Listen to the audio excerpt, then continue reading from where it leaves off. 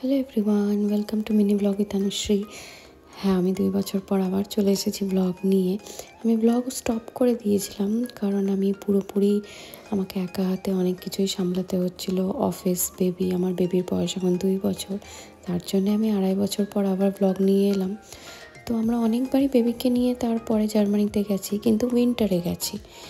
এইবার আবার সুযোগ হয়েছে পরপর 2 বার বেবিকে নিয়ে উইন্টারে আসার পর সামারে আসার। তো যখন সামারে যাচ্ছি আমি ভাবলাম যেখান থেকে স্টপ করেছিলাম ব্লগ করাটা সেখান থেকে আবার শুরু করা যাক। আমরা বাড়ি থেকে ব্যাঙ্গালোর এয়ারপোর্টে পৌঁছে গেছি। এতগুলি ব্যাগ হয়েছে আমাদের নিয়ে যাওয়ার জন্য। আর এবার আমরা খুব কম দিনের জন্যই যাচ্ছি, আবার ব্যাঙ্গালোরে ফিরে আসব। মানে এই 1 মাসও নয় বলতে গেলে। তো ভাবলাম যখন আমি স্টপ করে দিয়েছিলাম সেই সামারেই আবার শুরু করা যাক। আমাদের এয়ার ইন্ডিয়ার ফ্লাইট রয়েছে আর অনেক দেরি হয়ে গেছে। চলতি তাড়াতাড়ি এই বেবি চেঞ্জিং রুমে গিয়ে বেবির সব ডাইপার বাগেরা চেঞ্জ করে সোজা দৌড় দিয়েছিলাম। আর আমাদের বোর্ডিং স্টার্ট হয়ে গেছিলো অলরেডি। আর এই চলে এসেছি। এসেই সঙ্গে সঙ্গে এত খিদে পেয়েছিল যে খাবার দাবার সব কিছু খেয়ে, এগুলো এয়ার ইন্ডিয়ার খাবার এবার দিয়েছিল। আর আমাদের ফ্লাইট ছিল কানেক্টিং দিল্লি অবধি। তো খাবার দাবার খেয়ে এই যে দিল্লিতে নেমে পড়েছি। দিল্লিতে নেমে আমাদের নিঃশ্বাস ফেলার মতন টাইম ছিল না। সঙ্গে সঙ্গে ইন্টারন্যাশনাল ট্রান্সফারের দিকে যাওয়া হয়। ওখানেও বোর্ডিং স্টার্ট হয়ে গেছিলো। লাস্ট মোমেন্টে আমরা পৌঁছেছিলাম। পৌঁছে আমি পুরো বেবির জন্য সব সেট আপ করে দিয়েছিলাম। ওর কার্টুন চলছিল চারিদিকে। আর এই যে এইদিকে সব স্পিনারগুলোকে লাগিয়ে দিয়েছিলাম। সে বড়ই খুশি ছিল এগুলোতে।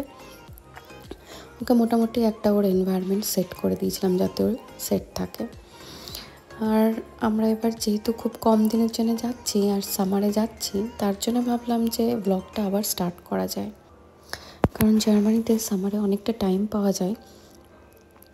এদিকেও সকাল হয়ে গেছে। আর সকাল হতে না হতেই আমার বেবিকে কিছু একটা এয়ার হোস্টেস দিয়ে গেছিলো, ওয়েলকাম অ্যাবোর্ড লেখা। খুলে দেখি কিছু কালার পেন্সিল আর একটা ড্রয়িং বুক। তো বেশ ভালোই খুশি ছিল। আর সেইভাবে জ্বালাতনও করেনি।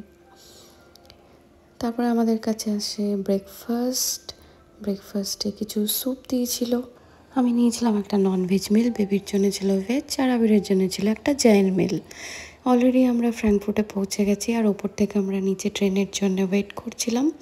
সেকেন্ড ক্লাসে উঠে দেখি আর নিজের জায়গা ছেড়ে আমাকে জায়গা করে দেন বলিউডের অ্যাক্টর আন্নু কাপুর। উনি বললেন যে তুমি তো জায়গা পাওনি, তো তুমি এখানে বসে পড়ো। তারপরে আবির সেসব দেখেও ভাবলো যে না, এনাকে হেল্প করে দেওয়া উচিত। তো আবার ওনাকে ছাড়তে গেছিলেন বাইরে। ওনার অনেকগুলো ব্যাগ ছিল।